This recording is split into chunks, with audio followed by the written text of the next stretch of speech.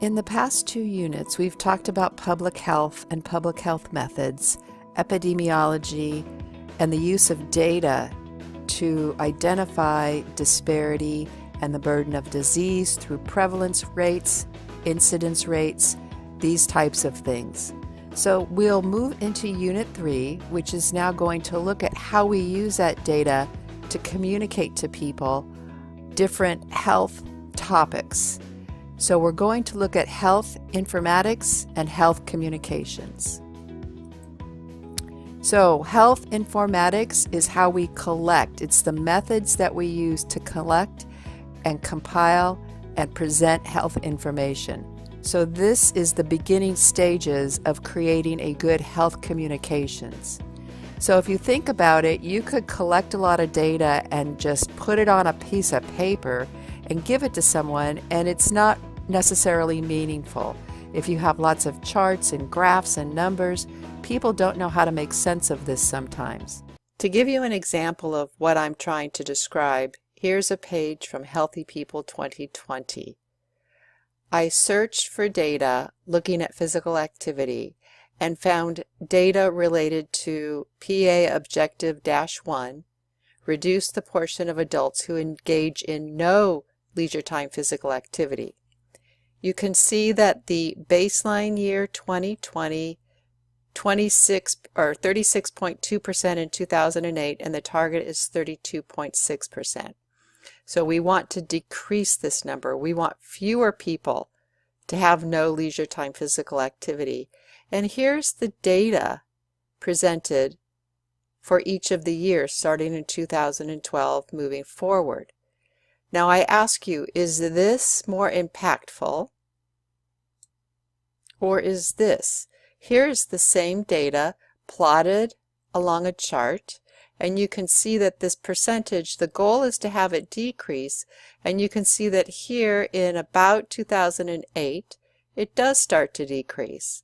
The goal line is indicated by the red dash, and so for this objective they are meeting the target. So let's go one step further and look at an infographic. Here again from healthypeople.gov, I have a page that lists the leading health indicator infographic gallery. If I scroll down, I can find a link for the nutrition, physical activity, and obesity infographics. And in November 2018, this was created. Now this does not address adults and their leisure activity. This is addressing physical activity by education, adults age 25 and over in 2017. So you can see that as education increased, the proportion of adults who met the physical activity guidelines for aerobic activity also increased. So as education increased, so did physical activity.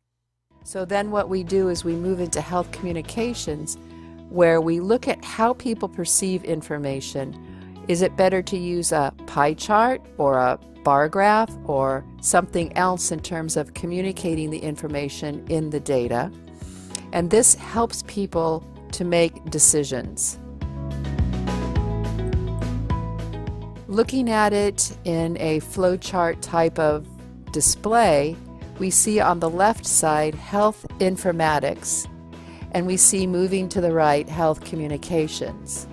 Below we see the different steps of each. So with health informatics, we're going to collect data, we're going to compile it and present it. We will then consider how people perceive that data and combine it with different modalities to help people make decisions. Considering data and information, we've heard the word data. Data are just the facts, and in truth, data is a plural noun. So data are facts. Information is when we take that data and we present it in a way that we can use it.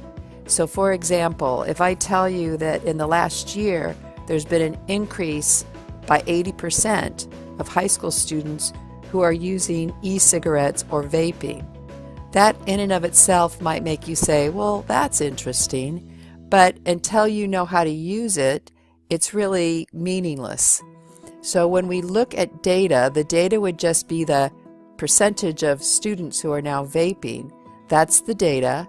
But if we take that and think of other environmental concerns in terms of, do those students then become cigarette smokers, that becomes information, and how it's presented will determine if we're going to take action or not.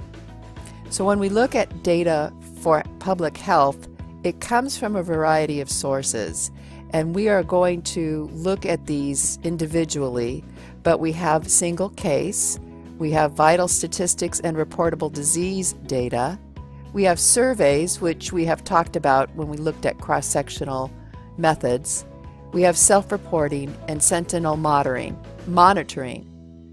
The next modules will take each of these individually.